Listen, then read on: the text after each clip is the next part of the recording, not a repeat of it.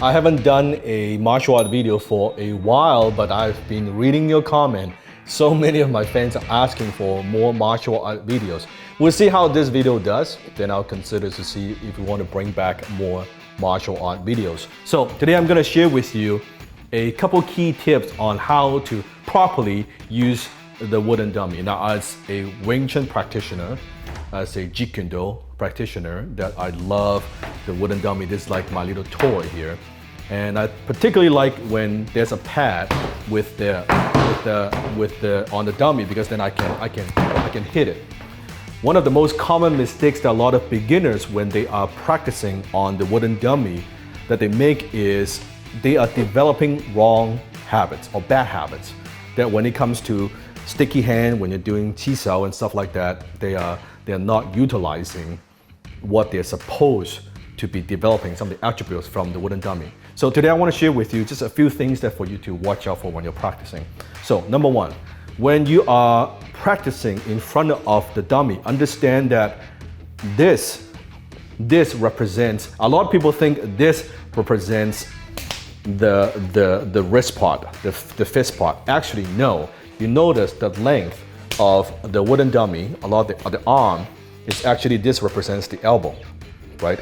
Because when you can control the elbow, you control the fight in Wing Chun. So this is actually when you are doing any kind of motions on it, this is actually the elbow. So what you don't want to do when you practice like this, because you're already getting hit if this is the elbow, right? Now you don't want to go as far as like this, that's not good either. So you want to practice kind of the right distance to develop kind of the right habit when you're practicing on the wooden dummy. That's number one. Remember that this is the elbow, this is not the fist. Second thing is, I notice a lot of beginners also, when they are practicing on the Muk Jong, what they do, let's say a simple, right, pak sao. What they do is they are pushing too far on the left and right, right? So it will look like this, and it looks okay, right? It looks okay, but the problem is this develops bad habit, because when you are pushing to the side, right, now you've got a whole opening here, right? So imagine if you're pushing on the side, then already people can do the lap sao and hit you. That's not good. So everything that you do, you always want to focus on the center line, right in the center. So if I'm visualizing when I'm practicing, I'm not pushing to the side, I'm pushing forward. I'm pushing forward. I want to push the elbow in, right? So see the difference. Wrong way of doing it, right? The right way.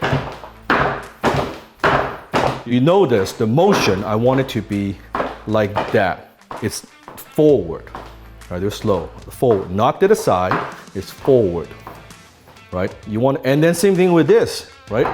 When you're controlling the elbow, you don't want to push up like that. It's pushing in like that, in. So notice the wrong way of doing it. You see how the energy is going up, not good. In. You will see how this rocks the dummy. So you want to be controlling, using your elbow to do that. So when you're practicing, is always thinking from that regard. Another tip that I want to give you. When you are training with a wooden dummy, I suggest in the beginning, don't train for speed, right? You're training for your form, right? You're conditioning your forearm. Do it slow, just to feel it. Just to feel it, right?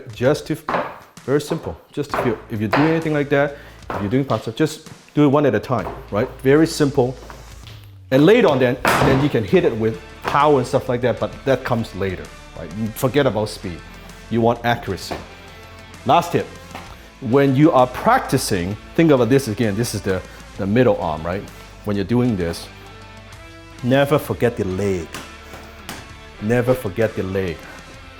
The leg is designed to help you to practice good control, right? So then when you're focusing on the upper body, you don't forget the lower body, right? Because they might get the groin kick and stuff like that. So what we want to do is, when you're practicing, you're focusing, you're doing your form, you're doing your thing, you're doing your thing, you're doing your thing. This is good. But then a percentage of your awareness is focusing on upper body, right? You have this whole body, so it's not like a tunnel vision. You're focusing on the whole thing when you are practicing. So some simple drill, just simple like that, right? You can do lap sao, right? You want to do the right hand, you can do that, right? Here, same thing with this. Do not practice, this is wrong, because when you miss, you get hit. This is a pull here. You see that? Not like that. So if you're doing lap sao from there, right?